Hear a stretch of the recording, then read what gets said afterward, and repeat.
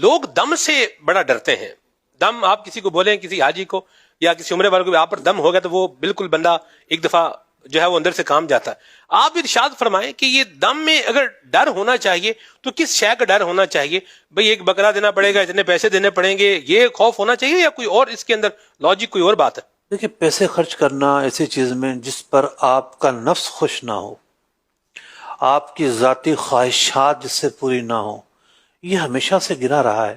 ٹھیک ہوٹل میں بیٹھ کے کھانا کھا لیں گے 5-7 ہزار کا، بالکل گرا نہیں گزرے گا. ٹھیک. بچوں کی فرمائشیں ہیں، بہت سارے لوگوں کی فرمائشیں ہیں، یہ لے کے جانا ہے، وہ لے کے جانا ہے، اس کے لیے پیسے رکھے ہوتے ہیں. اتنا سامان لے کے جاتے ہیں کہ ایئرپورٹ پہ جا کے خوار ہو رہے ہوتے ہیں. ایسا ہی. وہ کہتے ہیں بھائی زیادہ لے آئے ہو. تو بہت سارے لوگ تو اپنا سامان ایئرپورٹ پہ چھوڑتے ہیں. پھر کیا چھوڑتے ہیں کہ کھجوریں سستی ہیں چھوڑ دو. ٹھیک ہے، پھر یہ معاملہ بھی ہوتا ہے. تو بات یہ ہے کہ ہم نے شریعت پر عمل کرنا ہے.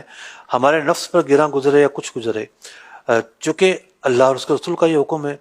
یعنی جو کفارے ہیں وہ 2 طرح کے ہوتے ہیں.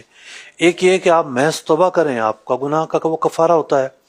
اور کچھ کفارے وہ ہوتے ہیں کہ جس میں توبہ کے ساتھ ساتھ کچھ اور بھی کرنا ہوتا ہے، جیسا ایک قسم کا کفارہ ہے. اسی طریقے سے یہاں جو غلطیاں ہیں اس میں کسی پر صدقہ دینا ہے اور کسی پر دم یعنی چھوٹا جانور ذبح کرنا ہے. بعض غلطیاں ایسی بھی بدنہ دینا ہوتا ہے، بڑا جانور ذبح کرنا ہوتا ہے. تو جو پابندیاں ہیں اس کا خیال کرنا اس لیے بھی ضروری ہے کہ آپ نے پہلے اہتمام نہیں کیا. آپ پڑھ کر آتے، مسائل آپ کو پتہ ہوتے، آپ وہ غلطی کرتے ہی نہ. اچھا، جس کی غلطی ہوئی ہے مجبوری کی وجہ سے، اسے رخصت حاصل ہے. ٹھیک. یعنی اس کا جو دم ہے آپ بکرا ذبح کرنا ہی نہیں ہے. ٹھیک.